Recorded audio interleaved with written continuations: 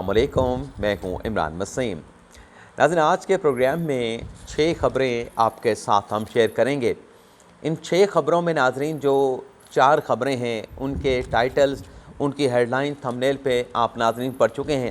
تو جن 2 خبروں کا تھمبنیل پہ کوئی ذکر یا تذکرہ موجود نہیں، ان 2 خبروں سے ہم آج کے اپنے اس ویلاگ کا باقاعدہ آغاز کریں گے۔ لیکن سب سے پہلے آپ سے درخواست کریں گے کہ چینل کو سبسکرائب کر لیں اور بیل آئیکن کا بٹن بھی ضرور پریس کریں۔ ہماری پہلی خبر، میڈیا پر یہ خبریں چل رہی ہیں کہ اسحاق ڈار کے جولائی کے دوسرے ہفتے میں پاکستان واپسی ہوگی، لیکن اسحاق ڈار کی واپسی کی کوئی تاریخ، یہ جو خبریں چل رہی ہیں اس میں نہیں بتایا گیا کہ ایگزیکٹلی کس تاریخ کو اسحاق ڈار جو ہیں پاکستان واپس آئیں گے۔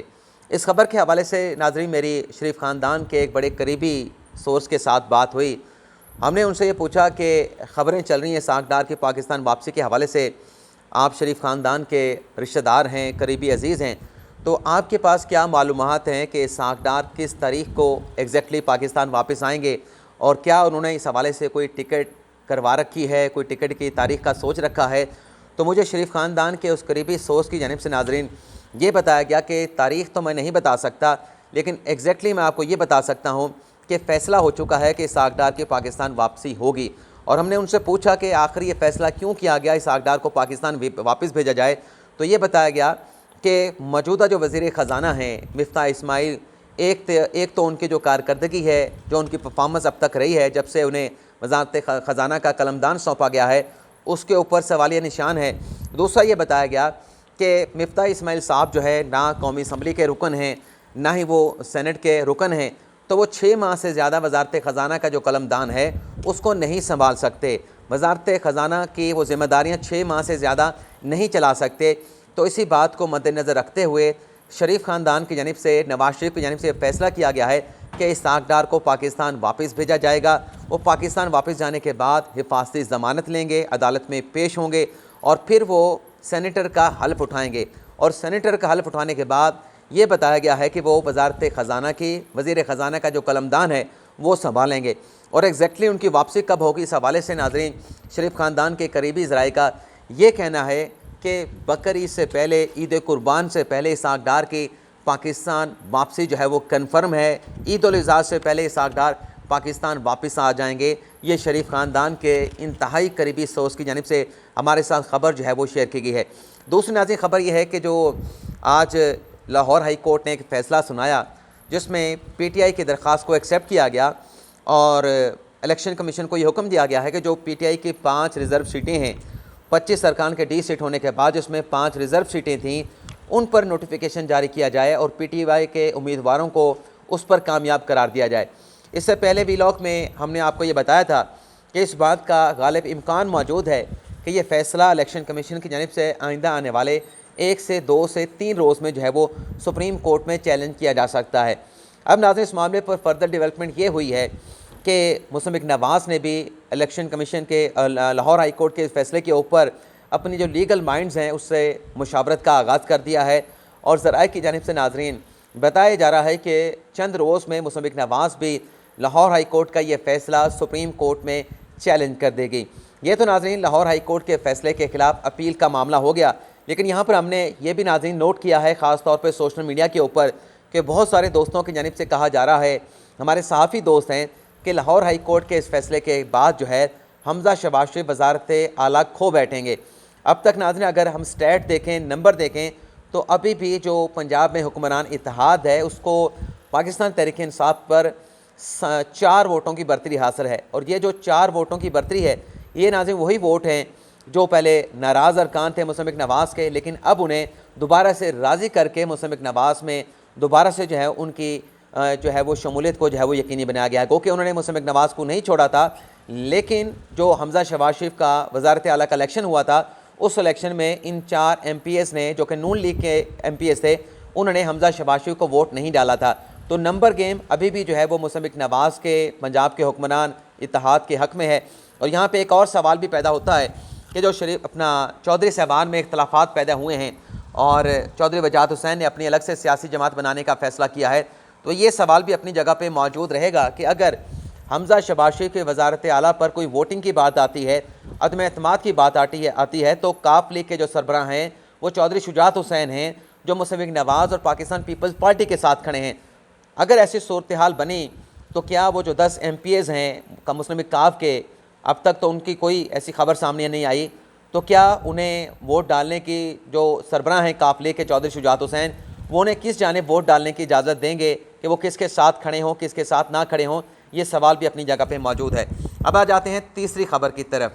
تیسری خبر ناظرین ہم نے آپ کو چند روز پہلے بتایا تھا، بلکہ کل یا پرسوں بتایا تھا کہ جسٹس قاضی فائز صاحب نے ایک خط لکھا ہے۔ اس خط میں جو رجسٹرار سپریم کورٹ نے ایک پرپوزل پیش کیا کہ جو سپریم کورٹ کے اعلیٰ عدالتوں کے ریٹائرڈ جج ہیں، ریٹائرمنٹ کے بعد انہیں گاڑی کی سہولت ملنی چاہیے، انہیں گاڑی دی جانی چاہیے۔ یہ خط تو ناظرین جسٹس قاضی فائز صاحب نے چیف جسٹس کو لکھ دیا۔ اب ناظرین آج ایک نیا خط جسٹس قاضی فائز صاحب کا منظر عام پہ آیا ہے۔ یہ خط تو منظر عام پہ آیا ہے، لیکن یہاں پہ آپ کو یہ بھی بتا دیں کہ جسٹس قاضی فائز صاحب اس وقت پاکستان میں موجود نہیں، بلکہ اسپین میں جو سمر ویکیشن ہے، اپنے سمر ویکیشن کے سلسلے میں وہ اسپین میں موجود ہیں۔ تو غالباً یہ خط جسٹس قاضی فائز صاحب نے اسپین سے chief justice of Pakistan justice عمرتا Bandial کو لکھا ہے۔ اس خط میں ناظرین جسٹس قاضی فائز صاحب نے چیلنج کیا ہے جو جوڈیشل کمیشن کا 28 اور 29 جون کو اجلاس بلایا گیا ہے، جس میں لاہور ہائی کورٹ اور سندھ ہائی کورٹ کے ججز کی کنفرمیشن کے حوالے سے معاملات پر غور کیا جائے گا۔ اس خط میں ناظرین جسٹس قاضی فائز صاحب نے ایک تو یہ مطالبہ کیا ہے کہ چھٹیوں کے دوران یہ اجلاس کیوں بلایا گیا، آخر ایسی کیا ایجنسی تھی، انتظار کیوں نہیں کیا گیا، اور پھر یہ کہا گیا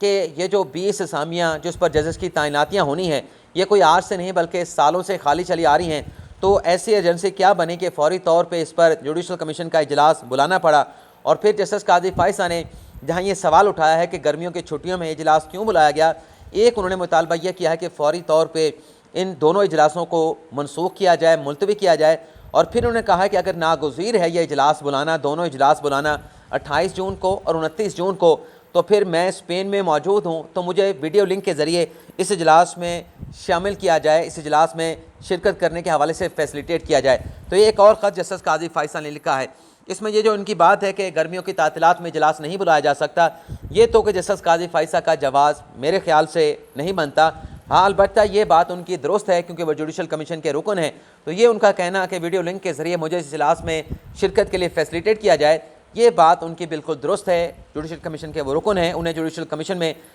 شامل ہونے کی جو فیسیلیٹیشن ہے وہ ضرور ملنی چاہیے۔ اب آ جاتے ہیں نیوٹرل والی خبر پر، تو آگے چل کے آپ کے ساتھ ہم بات کریں گے، لیکن اس سے پہلے ناظرین عمران خان PTI کی قیادت اور شیخ رشید کے خلاف JIT کی تشکیل کا جو معاملہ سپریم کورٹ تک پہنچا ہے، اس خبر کی ڈیٹیل آپ کے ساتھ ہم شیئر کریں گے۔ حضرت شیخ اصغر علی ایک سندھ کے رہائشی ہیں، ان کی جانب سے چند روز پہلے سپریم کورٹ میں ایک درخواست دائر کی گئی جس میں یہ کہا گیا کہ عمران خان کی جانب سے جو ملک کو 3 ٹکڑے کرنے سے متعلق سٹیٹمنٹ دیا گیا، اور جو شیخ رشید کا سٹیٹمنٹ آیا جس میں کہا گیا کہ لانگ مارچ خونی ہوگا، اور اس طرح سے جو بیانات فواد چودھری صاحب نے دیے ہیں، ان کے بیانات کے اوپر درخواست میں مطالبہ کیا گیا کہ JIT بنائی جائے اور ان تینوں شخصیات کے خلاف، سیاسی شخصیات کے خلاف تحقیقات کی جائیں۔ اور پھر یہ بھی کہا گیا کہ جو عمران خان صاحب نے بطور وزیر اعظم ایک ٹائیگر فورس بنائی تھی، اس ٹائیگر فورس میں کن لوگوں کو شامل کیا گیا، اس ٹائیگر فورس کے جو لوگ ہیں انہیں تنخواہیں کہاں سے ادا کی جاتی ہے، اس معاملے کے بھی تحقیقات کی جائیں۔ اس درخواست کے اوپر ناظرین سپریم کورٹ کے رجسٹرار کی جانب سے اعتراضات لگا کر اس درخواست کو واپس کر دیا گیا تھا۔ آج ناظرین جو درخواست گزار ہیں شیخ اصغر علی، ان کی جانب سے رجسٹرار آفس کے اعتراضات کے خلاف باقاعدہ طور پہ اپیل دائر کر دی گئی ہے، جس میں یہ کہا گیا ہے کہ رجسٹرار آفس کے یہ اعتراضات بلا جواز ہیں، میری اس درخواست کو بنیادی حقوق کے معاملے کے اوپر انٹرٹین کیا جائے، ایکسیپٹ کیا جائے، اور JIT بنا کر عمران خان، شیخ رشید، فواد چودھری، انہوں نے جو بیانات دیے ہیں، ریاست مخالف بیانات دیے ہیں، اس کے اوپر JIT بنا کر تحقیقات کروائی جائے۔ اور ساتھ یہ کہا گیا ہے کہ جو ٹائیگر فورس ہے عمران خان صاحب کی، انہیں تنخواہیں کہاں سے ادا کی جاتی ہیں، اس معاملے کے لیے بھی جو ہے وہ FIA کو حکم دیا جائے کہ وہ اس معاملے کی تحقیقات کریں۔ پانچویں ہماری جو ناظرین خبر ہے، وہ ناظرین خبر ہے کپتان کے 2 قانونی کھلاڑیوں سے متعلق۔ چند روز پہلے ہم نے آپ کے ساتھ ایک خبر شیئر کی تھی کہ ایڈوکیٹ جنرل اسلام آباد کے خط کے اوپر پارلیمنٹ حملہ کیس اور PTV حملہ کیس میں جو پروسیکیوٹر تھے عامر سلطان گرایا اور فاقرہ سلطان، انہیں برطرف کر دیا گیا ایڈوکیٹ جنرل اسلام آباد کے خط کے اوپر جو انہوں نے وزارت داخلہ کو لکھا۔ ہفتے کے روز ناظرین ڈیولپمنٹ یہ ہوئی، معافی چاہتا ہوں ناظرین، ہفتے کے روز ناظرین ڈیولپمنٹ یہ ہوئی ہے کہ ان دونوں سابق پراسیکیوٹر نے وزارت داخلہ کا یہ جو برطرفی کا آرڈر تھا اسے اسلام آباد ہائی کورٹ میں چیلنج کیا، اور آج جسٹس محسن اختر کیانی نے دونوں سابق پراسیکیوٹر کی درخواستوں کے اوپر سماعت کی ہے، جس پر عدالت نے پری ایڈمیشن نوٹس جو ہے وہ جاری کر دیا ہے۔ آج جب جسٹس محسن اختر کیانی نے ان اپینوں پر سماعت کی تو دونوں سابق پراسیکیوٹر کی جانب سے عدالت سے یہ کہا گیا کہ ایک تو مس کنڈکٹ کا الزام لگا کہ ہمیں برطرف کیا گیا، یہ جو مس کنڈکٹ کا ایلیگیشن ہے یہ ہمارا جو فیوچر ہے اس کے اوپر جو ہے وہ اثر انداز ہو سکتا ہے، اور پھر یہ کہا گیا کہ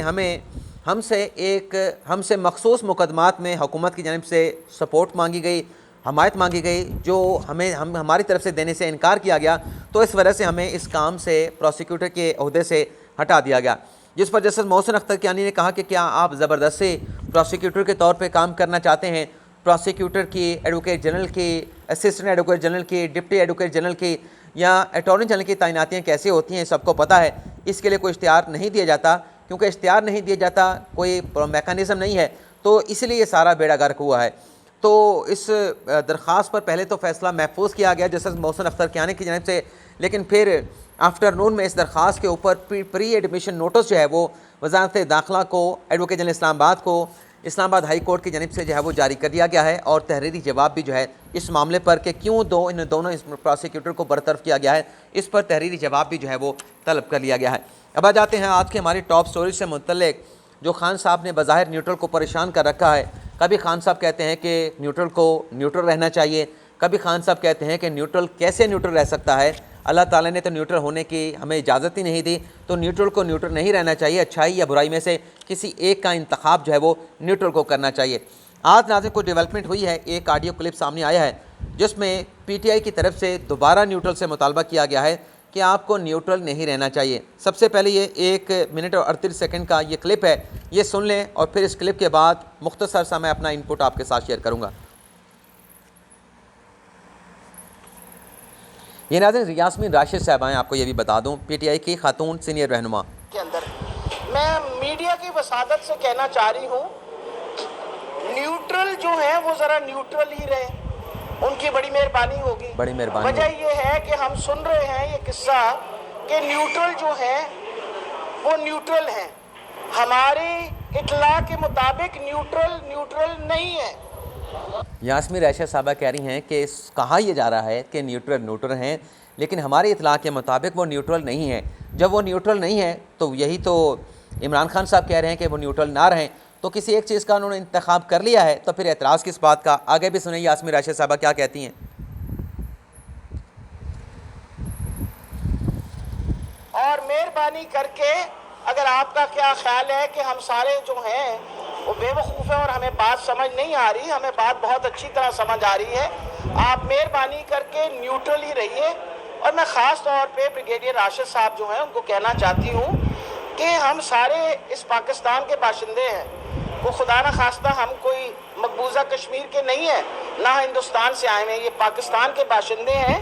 اور آپ لوگوں کو اس میں نیوٹرل ہی رہنا چاہیے، نیوٹرل رہنا بہت ضروری ہے۔ وجہ یہ ہے کہ خدا نہ خواستہ کل پھر الزام نہ آ جائے کہ آپ لوگ نیوٹرل نہیں رہے۔ الیکشن جو ہے اس کا صاف اور شفاف ہونا۔ یہ ناظرین جو بریگیڈیئر راشد صاحب ہیں، یہ آئی ایس آئی کے سیکٹر کمانڈر ہیں لاہور کے، ان پر یہ الزام لگایا جا رہا ہے کہ وہ مینیپولیشن کر رہے ہیں، جو ضمنی الیکشن پنجاب میں ہو رہے ہیں ان ضمنی انتخابات پر اثر انداز ہو رہے ہیں، اور اسی بات میں انہوں نے کہا یاسمین راشد صاحبہ نے کہ آئی ایس آئی لاہور کے سیکٹر کمانڈر بریگیڈیئر راشد کو کہنا چاہتی ہوں کہ لاہور پر ہاتھ ہولہ رکھیں، ہم بھی یہیں کے رہنے والے ہیں، مقبوضہ کشمیر سے نہیں۔ انہوں نے ساری ایڈمنسٹریشن کو اپنے ساتھ ملایا ہوا ہے جو کہ غنڈہ گردی کر رہی ہے۔ تو یہ الزام اب براہ راست جو ہے وہ قومی سلامتی کے اداروں پر پی ٹی آئی نے نام لے کر جو ہے وہ لگانے شروع کر دیے ہیں۔ تو یہ ناظرین آج کا ہمارا ولاگ، آپ سے اجازت چاہتے ہیں، اللہ تعالی ہم سب کا حامی ناصر ہو، دعا میں یاد رکھیے گا، اللہ حافظ۔